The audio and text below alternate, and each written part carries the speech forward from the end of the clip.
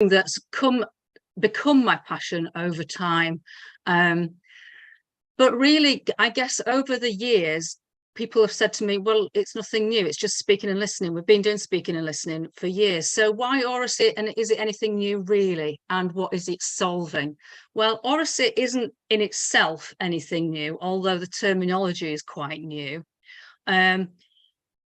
It came about in my life, in my professional life, and I'll speak to you slightly personally in a moment about the other side of things. But in my life, professionally, it came around through a school where I was working in a particularly difficult background, I guess, where we had tried, and historically the school had tried so many different things, so many different initiatives to try and help children understand what they were learning about and to make it stick and to help with, yes, help with retention, I guess, but to really understand their concepts, whether that be in maths reasoning, whether it be in science, or whether it be in English or any other subject.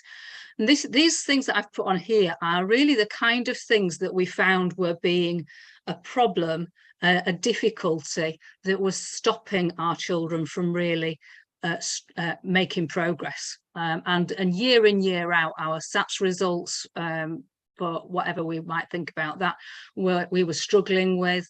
And year on year, we just didn't feel like we were getting very far.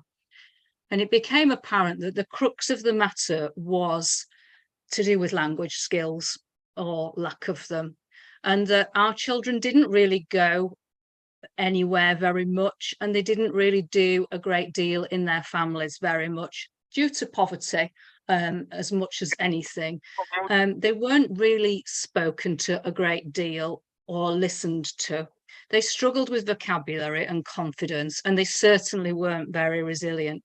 And this, particularly for our children with pupil premium, was a bit of a vicious circle, to be fair. And it was evident everywhere. And it was evident particularly, and we went down this line in terms of funding to put this pedagogy into school through our maths reasoning. It was one of those things that children, you know, they could probably do and manage the maths that they were doing in terms of fluency practice, but asking them to reason about it and to think things through, they really struggled. So that year 6 maths SAT paper was particularly difficult for our children. And I think that that's become clear that that's a problem for many children. Oh, I'm just trying to move my slide on. Excuse me. I'm just going to come out because my slides got stuck.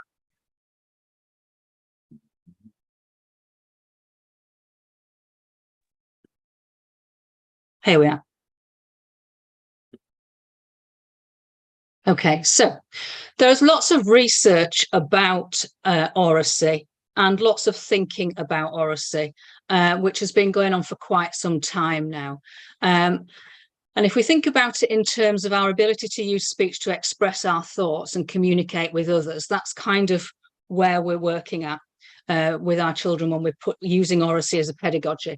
There's been this assumption that children will just pick up talk, they'll just pick up the concepts. And that really has become clear that that's just not the case. Here's some little bits of research for you, and there's one that I've underlined that I just think is particularly telling. The Communication Trust states 75% of children who persistently experience poverty arrive below average in language development. There's a study that was conducted in the USA in 2003, and it was called the Early Catastrophe. And it was found that children who were in lower income backgrounds, on average, had heard, so I must stress the word heard, 30 million fewer words than wealthier peers, and that's by age 3, which is quite staggering. There's some really key figures in the world of Oracy, and Professor Neil Mercer from Cambridge University is one of them. And in his article in 2018, he famously said, if they're not getting it at school, they're not getting it. For many children, that is the case. of language development has to happen at school or in learning environments. And there's this thing known as the Matthew effect, where it's known as, you know, the rich get richer and the poor get poorer. And we can talk about that in education terms, in terms of the children who are more behind in language are actually least likely to catch up. Those children who come from more difficult backgrounds are actually more likely to struggle and less likely to catch up. So we're thinking about lots of different things in terms of oracy, and we're thinking about how sentences work, forming sounds, and those actual physical elements of oracy and speaking. But we're also thinking about how we interact with each other, how we communicate, how we do that effectively, the words that we choose, and which ones are best for purpose. And they're all the same sort of skills that children get left behind in very easily. Now, my experience is to do with those children in those kinds of environments, but actually oracy benefits everyone. Those brilliant skills are so vital in every area of life, from whatever background you might be at or in, and whatever your life looks like, I guess. Robin Alexander, another really important figure in the world of oracy, talks about the measurable impact. And I guess this is where we're looking at it in terms of tutoring, in terms of cognitive development, retention of subject knowledge, vocabulary, reasoning skills, and problem solving. But there are also lots of other things that it has that ripple effect around in terms of self-esteem and confidence and feeling valued. And if I could tell you a short tale of a little boy I had in my class in year 6 a couple of years ago. He had come new to the school. He had lots of gaps in his learning, and he really didn't speak at all. He was very quiet and withdrawn and not very well. And we were running this oracy project in our school, which I'd set up, and my class, obviously, because I was the one running it, we were particularly keen on using oracy in everything we did. And by the time we got to a few months in through the term, he had started to begin to blossom a little bit. He had started to fill in some of his gaps of learning, and he'd also started to join in with what other children were talking about. And this child just grew in front of my eyes. And for me, that was the power of oracy teaching, because it was everything we did all the time. And he just became so much more confident that he felt valued and that his voice was valued. But the benefits of oracy teaching are also in the wider world, and it's something that employers are really looking for when they are interviewing and finding people that they want to work for them. Those verbal communication skills and teamwork skills come through oracy teaching all the time, and there are those sorts of skills that employers traditionally and through research have said that these are most lacking in school leavers. So we're not just talking about oracy in primary education, we're talking about oracy being a really vital skill for children right through, and for adults, and to become confident, successful adults. So we're going to play a little game briefly now. I will stop sharing because it's good for me to show some good oracy practice, I guess. And think about this little game. This is a very common oracy game, and you probably do it yourselves. So I want you to imagine that you are stuck on a desert island, and you are only allowed 3 of the items that are on my list. So I don't know if you want to just see if you can remember them or jot them down, or because I'm going to stop sharing my screen in a second. Well, let's just have a little conversation. And I know it's very difficult when you're online. Having done lots of interviews online, it's very difficult to do a group activity. But let's just see if we can manage the situation and see if we can have a short discussion. What would you have if you could only have 3 of those items? Chocolate, rope, pencil and paper, a hat, some matches, a knife on a family photograph. Okay, you're only allowed 3 items. Okay. Would anybody like to share? I feel like I'd go for the practical things, the rope, the matches, and the knife. Okay, would you like to expand on that and tell us a little bit about why? Well, once I'm on a desert island, whilst the other things are nice, I feel like survival is going to be number one. So making myself safe, finding food, those sorts of things are going to be really helpful. The rest of them would be good for emotional well-being, but if I'm dead, I'm not really going to care about that. Okay, that's really interesting. Would anybody else like to contribute or build on that idea? I was umming and ahhing about a hat, and then I thought, well, no, because I've got a knife and there's some palm leaves, and I can probably weave myself a hat. Awesome. Because my husband's always going on about me going out in the sun without a hat on. So yes, we're very hat conscious these days. Yeah. I agree. I think Jade was. Thank you. Thanks. I agree. I think for me, I would definitely choose the knife and the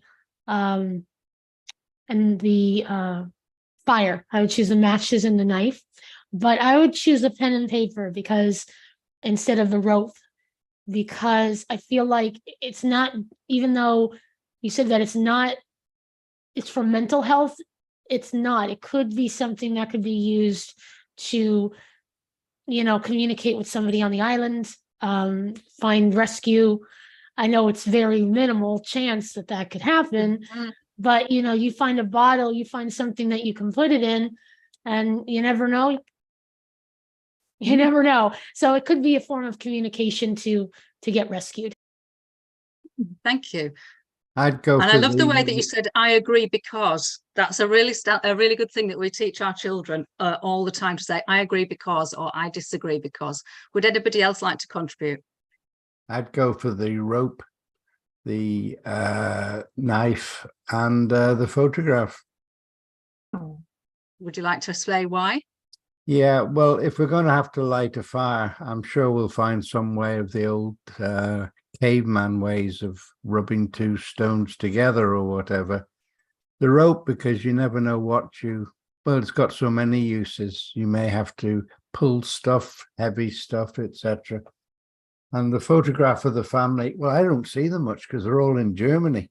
My kids moved there about 15 years ago.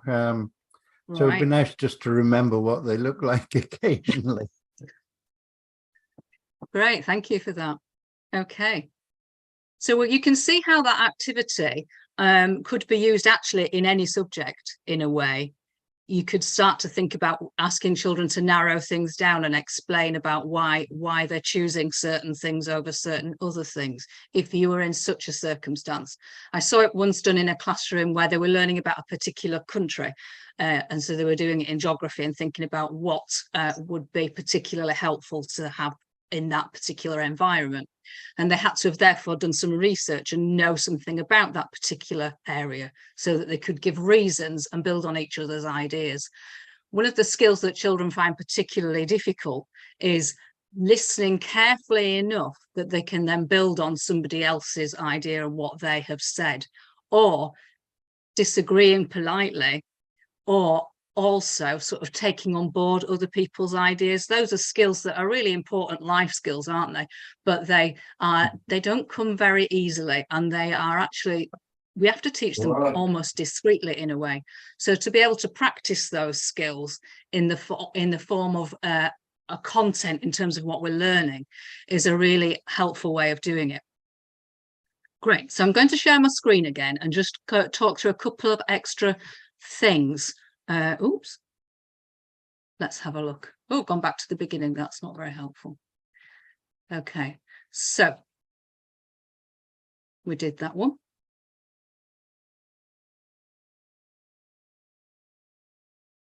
Okay, so I wanted to talk about why it's actually really a passion for me. And I guess it became a passion through personal reasons, through it becoming almost a life-saving piece of learning for some people that I knew was very close to, but it was more through the form of drama rather than oracy in itself, which obviously they're obviously linked. That idea of being able to speak and confidently and act and ad lib and talk to peers teaches so much. To be able to rehearse an answer, to be able to create a persona and use words well, for me, and in our situation, it was a skill that just could not be underestimated. It was life-changing. And in fact, I would go so far as to say it was life-saving. And it's not so much about bottling up an emotion or masking. It was more about freeing up and consciously using the power of communication to live and to live well. But clearly Oracy is not just about drama. It's about all its benefits. It's a tool for learning. And I know it's been on the news fairly recently when it was discussed as that it was going to be put into schools more. And it is finding its way through lots of schools at the moment, but it's still not everywhere at all. But it was discussed in a very narrow form in terms of speaking beautifully and speaking publicly and making speeches. But it's not just about that. It's actually something that's a really fundamental way of teaching. It's a pedagogy in its own self, and it's a positive move towards equity. When I put this into my school, within the first year, and remember, when you're in school and you're trying to change something, it's a big ship to turn around. And this was about changing an entire mindset and the way we operated within the community. In any classroom, within the first year, within the first few months, I could walk in and all children were expected to talk, and they expected themselves to talk and to be asked to contribute, to be praised for the quality of their talk and think about what they were saying and how they were saying it, to challenge themselves and use better work. They used talk to explore, exploratory talk, and they used talk to present what they'd learned. So you can begin to see how talk and oracy is a tool in its own self in two different ways, to find things out and work things out and seek clarity on something, but also to present what you know, and therefore to clarify it again for yourself. 2/3 of my children from my focus maths group in the initial project showed improvement in their maths reasoning within a very short space of time. And by Christmas, so we'd only started in September, in my class, the raw scores had jumped significantly for their maths reasoning. So you can begin to see how it is impactful in terms of soft data, but it's also impactful in terms of test results, I guess, for want of a better word. And 50% of my class had beat their own maths target that the academy had set, which was phenomenal. And yeah, you can't argue with those figures.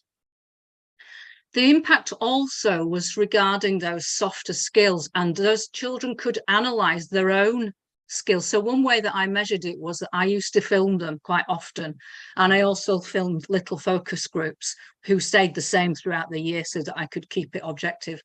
And they could start to talk about their own dialogue, and they could start to talk about their own learning in terms of that dialogue.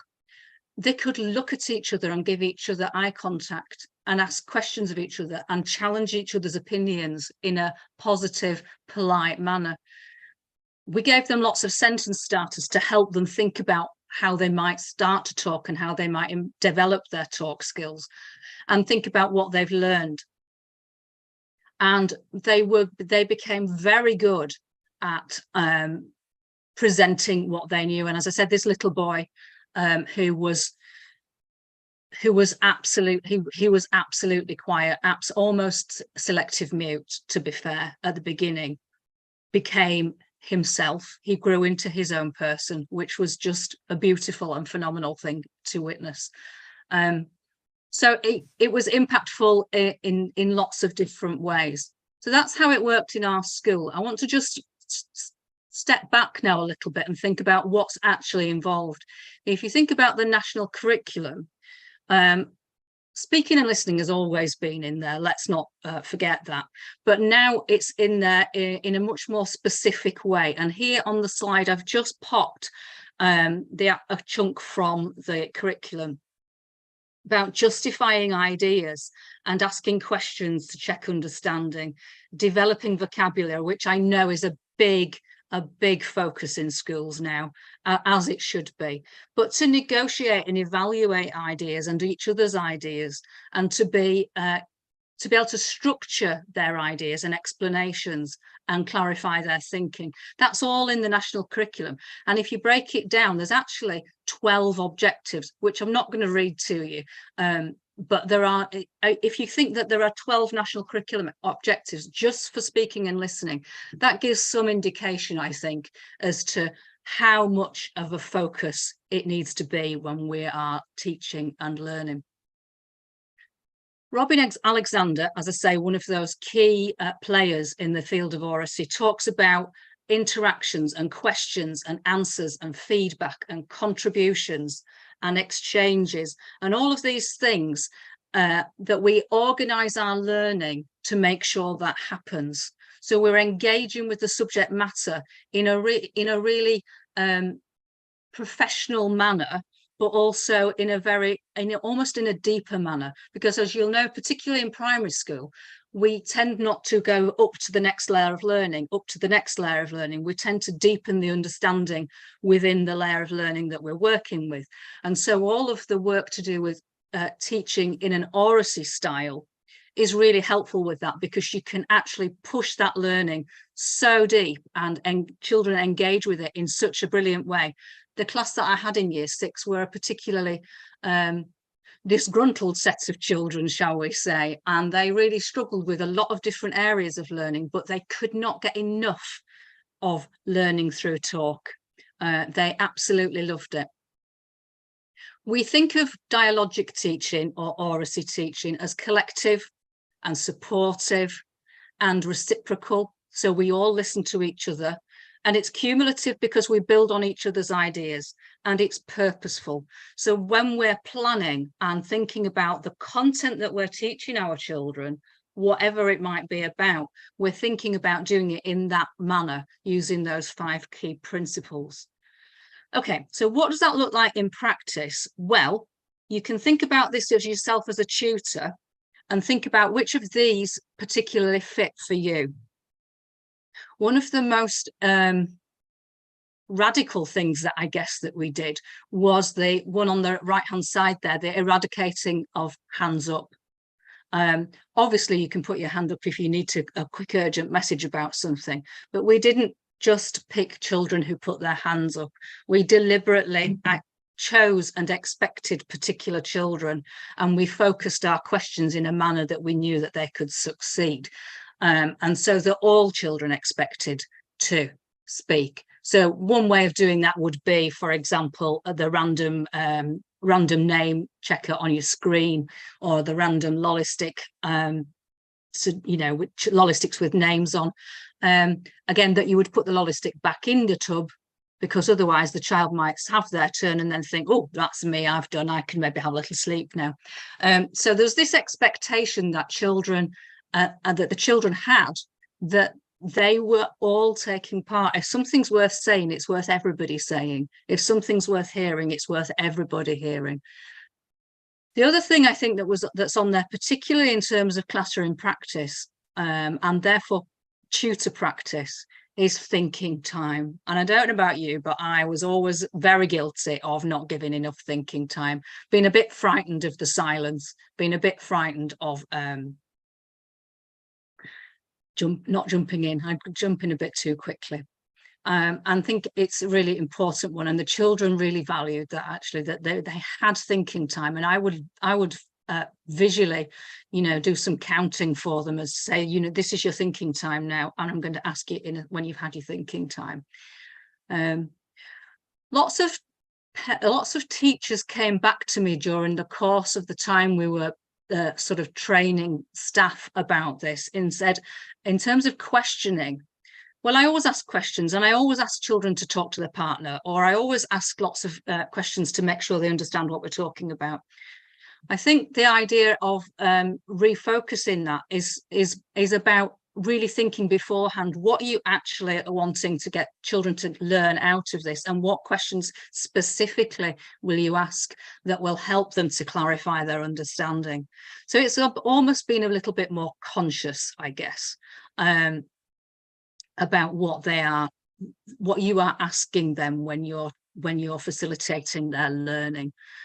And also thinking about any of those oracy skills that you can think that you can teach explicitly while you are working with them. So there's lots of things on there that are worth a thought. I wondered if anybody had any thoughts about any of those.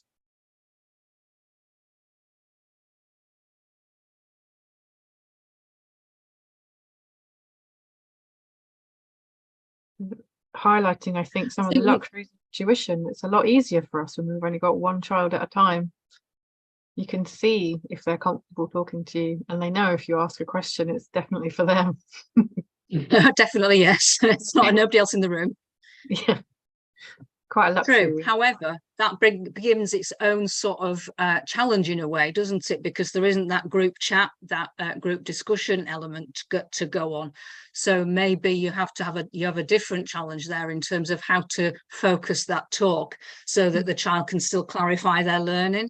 One of the things that I found particularly helpful, Oracy was helpful for, was to do with long division in year 6. It's traditionally one of those things that children really struggle with, but because we had lots of talk around it, the children found that they felt able to understand it and explain it to each other. I've got John's hand up, and I don't know if anybody's able to sort of look at the hands and facilitate that for me. Yeah, thanks. I do very little with children. I'm an ESL tutor. I just celebrated 12 years at it. I deal mainly with adults, and to get them speaking themselves can be challenging at times. But what I'm finding more and more is I'm trying to bring them into groups now, so that they can talk between themselves, talk together, take them into breakout rooms, etc.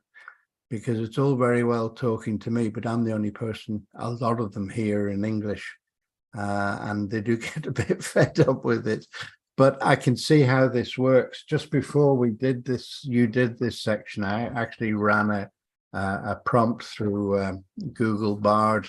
I prefer that than ChatGPT, and it gave a very good breakout down of what Oracy is all about.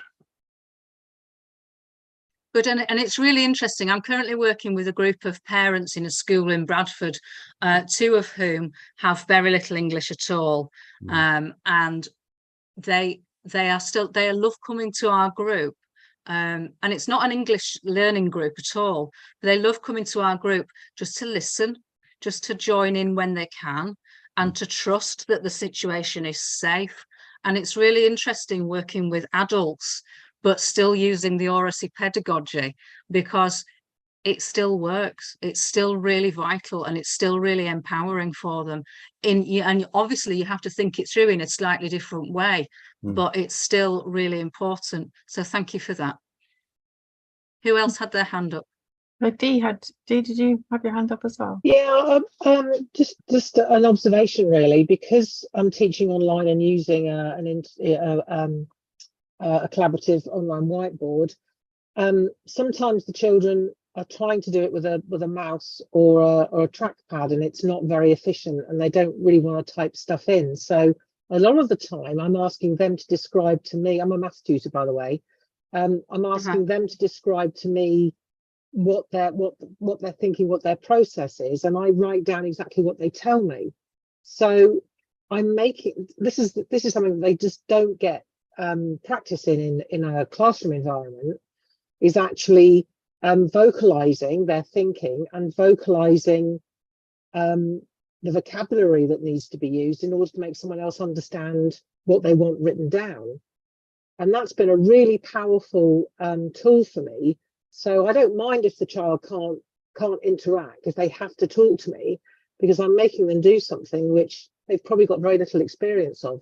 And at the same time, I'm exploring their vocabulary and helping them rehearse how to structure an instruction about how they're doing a process, and making sure they're giving me a sensible sequence of during that process. So for me, the Oracy side of things has really come to the fore from that perspective about making the children talk about their thinking when they're doing mathematics. Thank you for that. Yeah, absolutely. That's exactly what we're talking about here, isn't it? That they're thinking through their process. So asking a child in year 6 to talk about their process of how they're doing their long division would have been unthinkable at the beginning of the year, apart from the long division skills, because the children were just not ready to do that. But the more they practice and know that they're safe to do that, it's really, really valuable for them, because they can clarify their thinking. And they can also notice where they're making mistakes and feel okay about that, because we learn so much from, you know, from sorting out errors, I guess, in a way. Thank you. I think Yakov also had his hand up. You need to unmute though, sorry. Hello.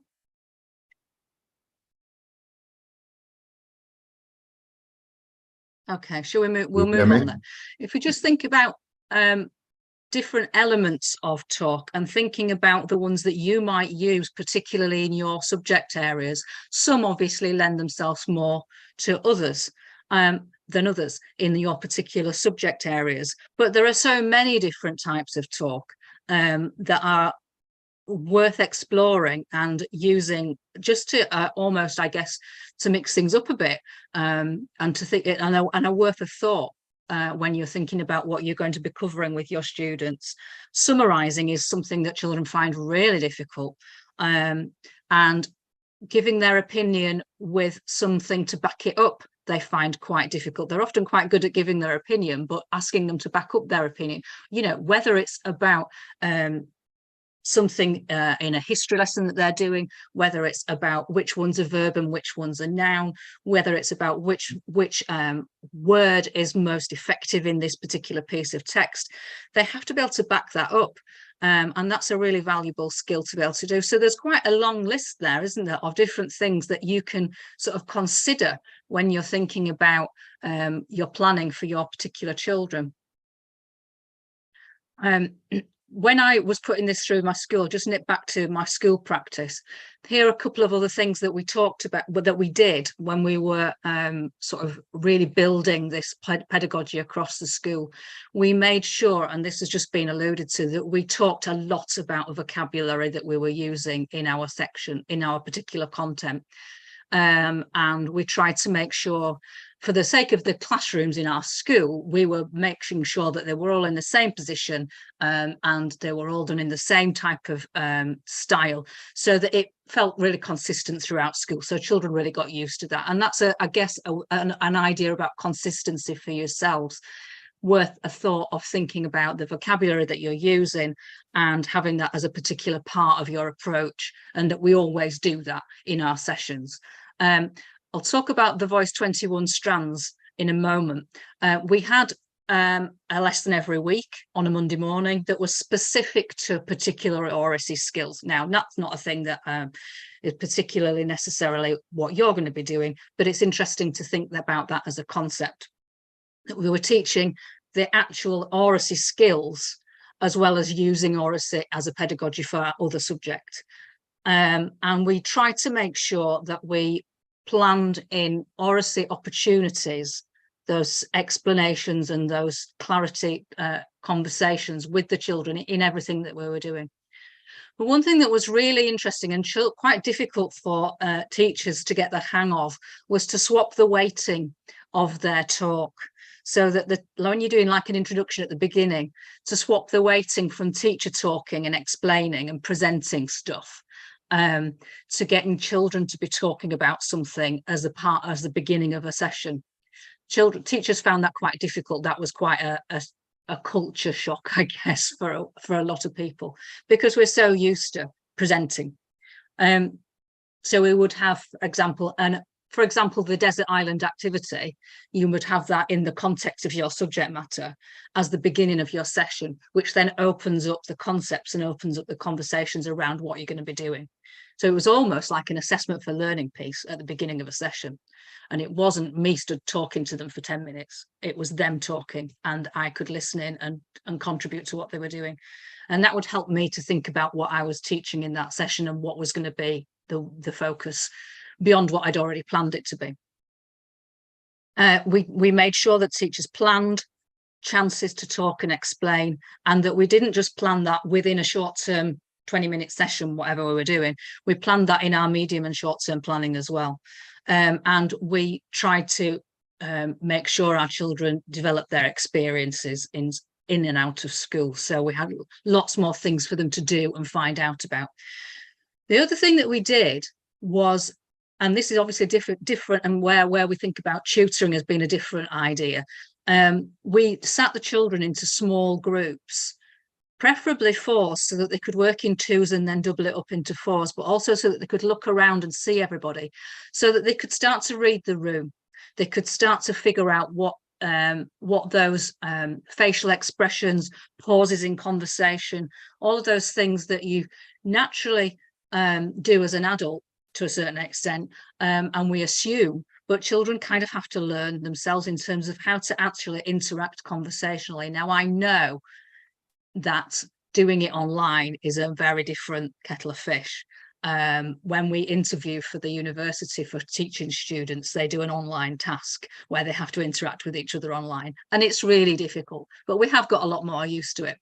However, I don't know whether there's something out of any of those things there that are a good thought for you to have as a tutor in those circumstances.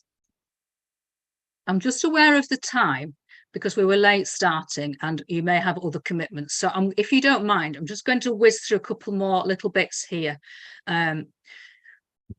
This is a really important resource that you can use in lots of different ways. So Voice 21 is part of School 21, and it's a charity. School 21 is in Tower Hamlets in London, and Voice 21 and School 21 are all wrapped up in the same group.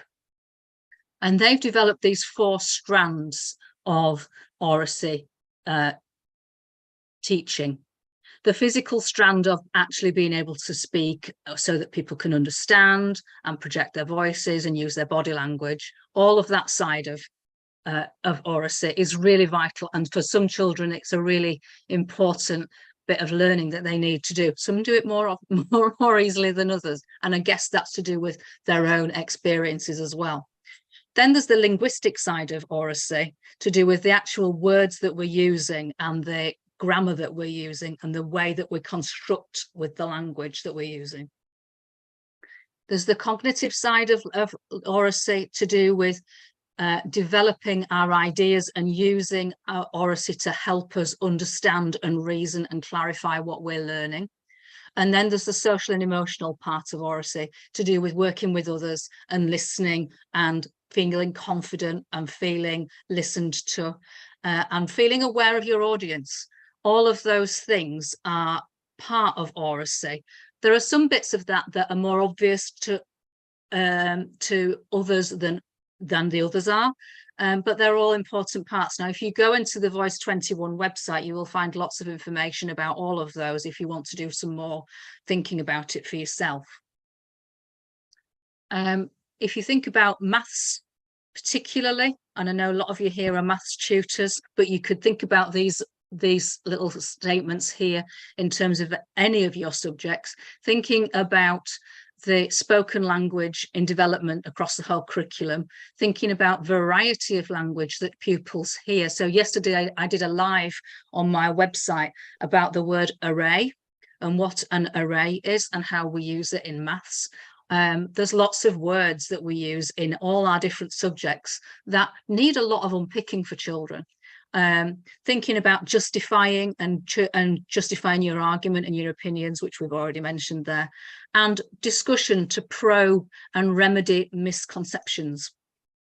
They're all really useful things, not just in maths, are they, for other things too. So in maths, you might ask an open-ended question. You might use talk structures to support the talk about that particular question.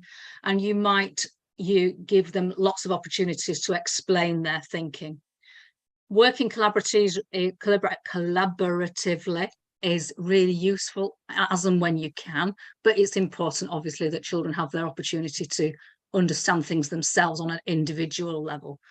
But I want to just talk a little bit about, I'm just going to whiz through questions, a little bit about, where's it gone?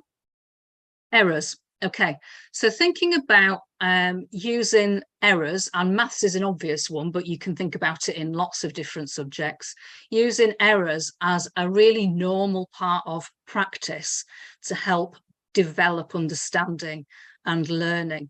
I often would put, I had the naughty fairy in my pen because I was teaching small children. They were very happy with the naughty fairy making a mistake in my writing or in my maths, and they couldn't wait to tell me what was wrong with it. But they had to explain what was wrong with it and why it was wrong, or why it was inaccurate, or what I'd missed out. And they love it when the adult does it, don't they? But it's really lovely to watch them grow in confidence, to be able to say to each other, yeah, but I think that bit there's wrong and I can tell you why, and that the other person says, oh, please do tell me, yes, that's interesting, rather than feeling really negative about it. It's really useful for helping with assessment for learning and thinking about reasoning skills, isn't it? So I'm going to sort of just finish off a little bit with another little game that you can do, thinking about the odd one out here. Now, this is a very common game to play, but it's a brilliant Oracy game because you have to develop your reasoning skills. So if you're thinking about these 4 creatures on here, and I talk a lot to my parents about the idea of finding what's the same. Here, we're finding what's different. So I might ask the children to tell me which is the odd one out.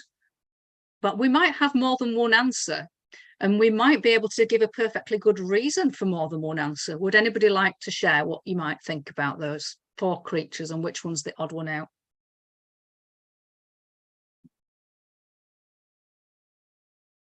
Go for the bird because it's only got 2 legs. That's interesting. Okay, so the bird because it only has 2 legs. Anybody else? The bird because the other 3 are insects. They are all insects, aren't they? I've got 6 legs, yeah. There we are. We're having a discussion already about what makes an insect be an insect. Brilliant science, thank you. Okay. Anybody else? I mean, I've seen some really good resources in maths for this. Which one doesn't belong? I don't know if you've seen them, Georgina. Yeah. And they used well. They and again, it's prompting, reasoning skills as well as being able to express their ideas. So I love this one. I've forgotten about this one. I love this. It's a really lovely game. It's really inclusive because actually, as long as you can give me a reason, there's no wrong answer, is there? As long as you can give me a good reason that makes sense, you can, it's very inclusive for lots of different groups of people. Here's another one.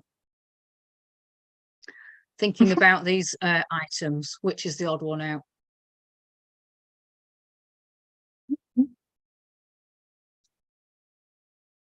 It's the socks because the others basically are shoes.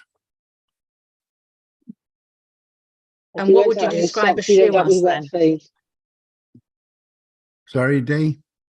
Oh, that reasoning doesn't work because flip-flops, you do get wet feet, don't you? So that doesn't work. You see, there we are, we're having a lovely conversation. If you go out in socks, the soles of your feet will get wet if it's damp, whereas they won't if you're wearing flip-flops. Now, I could be very naughty and say, but I have some waterproof socks upstairs in my cupboard.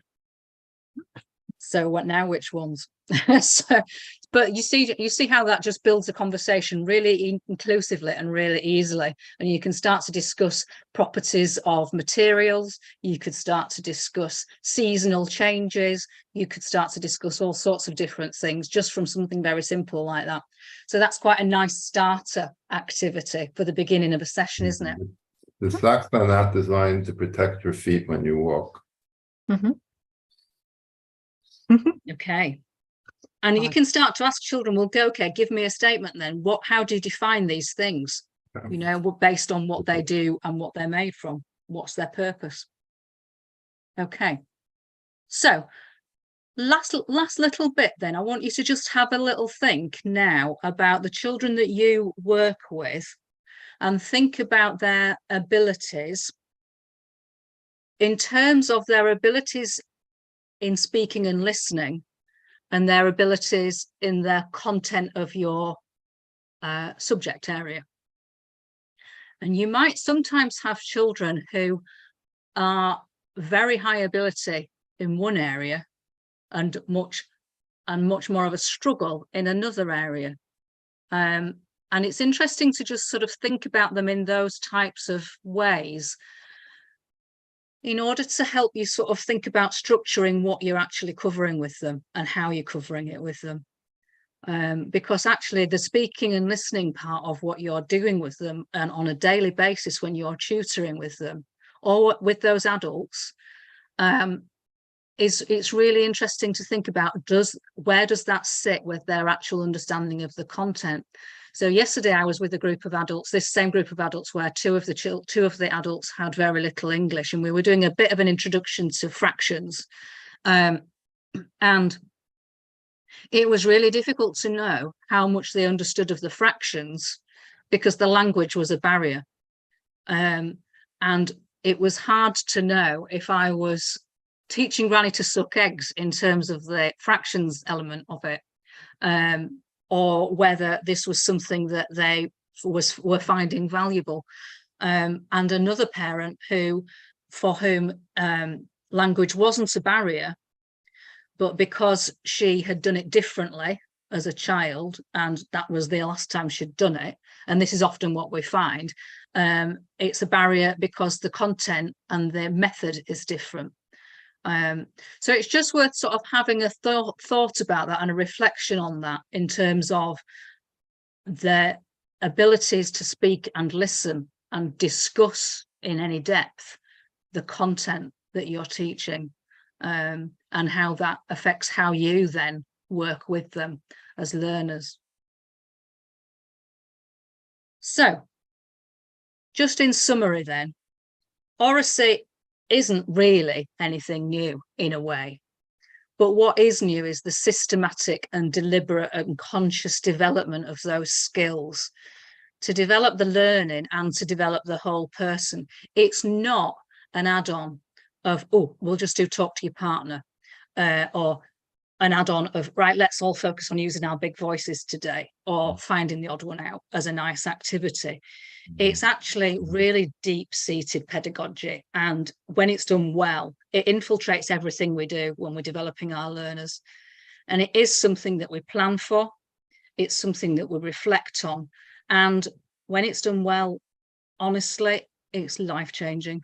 It genuinely is. It is life-changing, and I've seen it for myself many times, and that's kind of why I love it, why it's my baby, why it's what I talk about with students at the university, with adults in my parent groups, and any other time I can talk about it, because I just think it's absolutely invaluable. So what's next for QT members? And then I'll take some questions if anybody does have any. So in January, I'm going to be launching some little short 1-hour sessions that you can lead yourself, the self-led sessions, where you can have a link to me for questions and support, but they will give you sort of a good all-round extra to what we've done today in terms of developing your own practice. So there'll be sessions on Oracy pedagogy, just general principles, some English and maths ones, and then wider curriculum. And I've got a little offer there on for you as QT members. So that's coming up in January. So if you're interested in anything like that, please keep in touch, and keep in touch through Qualified Tutor. And that's me. So I'm very conscious of the time because we were late starting and everything, but I don't know if anybody has any questions or wants to stay on and ask.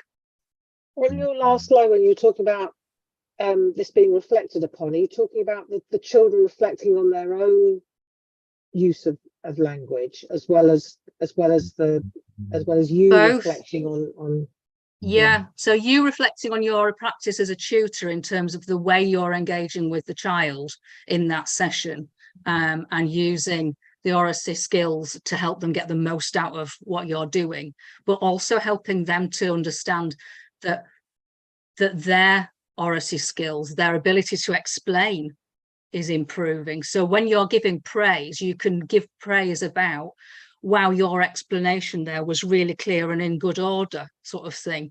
Or you can praise them about their effort and praise them about, you know, the way that they structured something or the words that they used. So it's really good reflection for both ways. I'm already doing that. And when a student gives me a really good explanation, I'm reflecting that Yeah, back, of not course, just saying that was yeah, good, but explaining to them why it was good, so that they're why, getting that yeah, reinforcement. Yeah. That was really interesting. Thank you, Caroline. That's really made me think, because I notice a lot of the time the students that I have are teenagers, so their literacy and social skills might be vastly improved, but there's such a wide range. And I have quite a lot of students that really understand the science content that I'm teaching them, but they can't put it into words enough to get their marks in the exam, which is a real challenge for them because they are preparing for an exam. And it's a real struggle for me to know how to teach that as a STEM tutor. So I'm looking forward to those sessions in January. Oh, good. Yeah. So just thinking about some of the things we've talked about there will just, you know, just straight away will help, because it forces them to clarify what they're thinking. And if you've clarified what you're thinking, you're more likely to remember it and therefore be able to perform in an exam, which ultimately is what a lot of us are working towards, whether we like that or not, aren't we? We're ultimately thinking, can I perform in an exam? And, you know, whatever we think about that, that's the way it is, isn't it? Mm-hmm. So Hello, Yakov. Yeah, I liked what you had to say about the thinking time, because I've been noting that in tutoring, and in tutoring, thinking time for me is like, it's passive thinking mostly, where the learning will take place in layers, like in the first session, the second session, the third session, the thought comes, and it just comes, it shows up passively, automatically. It's not like active thinking where you're putting things together in your mind actively, but what were you referring to when you're referring to thinking time?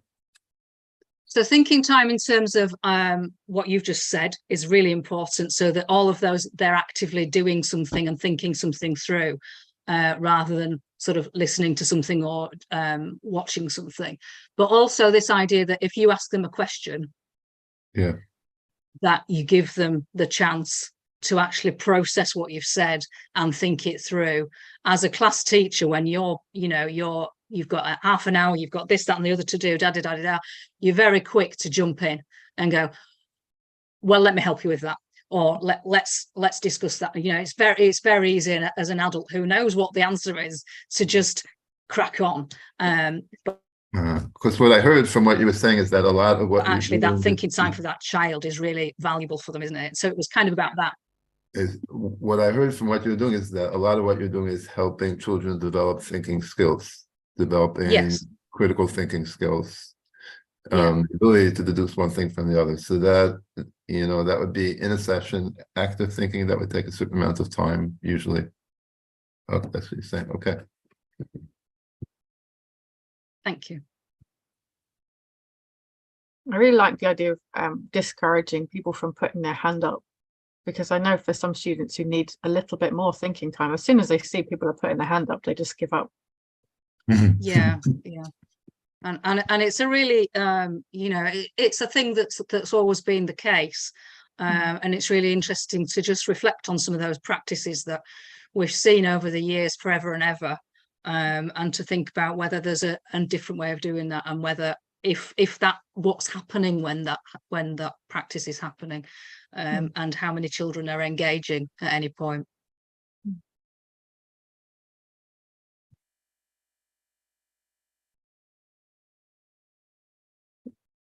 Fantastic. Thank you very much, Caroline. That's really helpful. We're going to share the recording for this in the community, so I'm sure there'll be loads of people watching later and asking questions. I'm going to go back through and make some notes to plan some of this into my lessons, because yeah, like you say, it's going to be important in whatever subject you're teaching. If you can't communicate in that subject, then it's going to really impair your learning. Yeah. If I can just share a book, I don't know if I can make it look right on the screen. That way there. It's not the most beautiful cover in a way. It's not, I always think they could have done a more fancy cover, but it's from the two teachers, Amy Gaunt and Alice Stott, who are Voice 21, School 21 teachers, and they really head up a lot of the work that goes on there. It's called Transform Teaching and Learning Through Talk, the Oracy Imperative, and they are real life teachers who teach it day in, day out in the school, and it's a really easy read. I guess it's a quick read, and it's really helpful, and this is kind of my go-to book, and I would highly recommend, if anybody's wanting to learn more about it just on their own, this is a great book to have about your person. You get it on Amazon, it's not very expensive, and I always recommend it to the students at the university as well. What was the I've name probably again? increased their it's called Amy Gaunt and Alice Stott, Transforming Teaching and Learning Through Talk. Maybe that needs to go on our book club list. Yeah, I've probably increased their profits massively because I'm always on about it.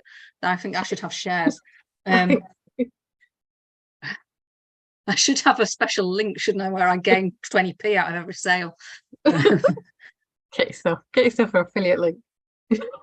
Yes. If only I was so business minded, I'd have thought of that. Yeah. Okay. Well, Wonderful. thank you all so much for coming this afternoon, and do get in touch with me if you're interested in anything further. Perfect. Thank you very much, Caroline. Thanks, Caroline. Thank you. Caroline, that was Thank you. brilliant.